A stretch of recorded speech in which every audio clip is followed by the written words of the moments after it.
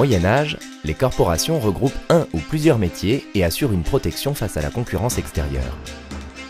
Leur rôle est aussi de réglementer l'exercice de chaque métier et de gérer les querelles internes entre les maîtres, les compagnons et les apprentis.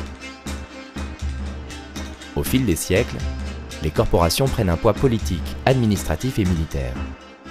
Elles participent à la vie publique de la cité ainsi qu'à sa défense.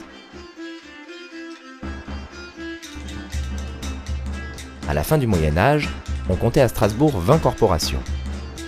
Aujourd'hui encore, des emblèmes figurent sur les portes et les façades de nombreuses maisons qui abritaient ateliers et échoppes d'artisans ou de marchands.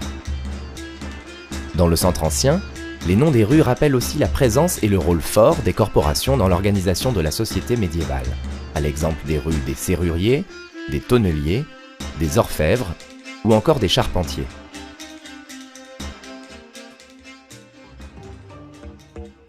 Situées à proximité de l'ancien fossé des tanneurs, aujourd'hui disparu, les maisons à pans de bois et hautes toitures ventilées rappellent l'intense activité des tanneurs dans le quartier de la Petite France.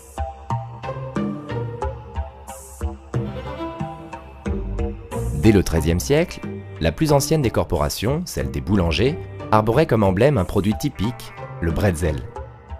Certains sont encore visibles au 21 rue du Coin Brûlé ou au 98 Grand Rue. Il est amusant de noter que depuis le XVIIIe siècle, cette adresse a toujours abrité des boulangeries.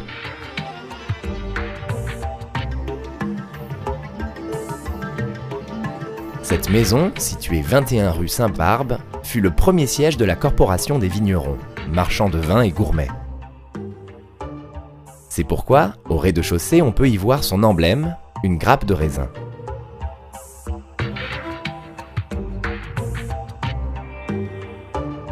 On retrouve une couronne de feuilles de vigne ornée de grappes au 6 rue de l'Épine, à l'ancien emplacement du débit de vin, à la Grenouille.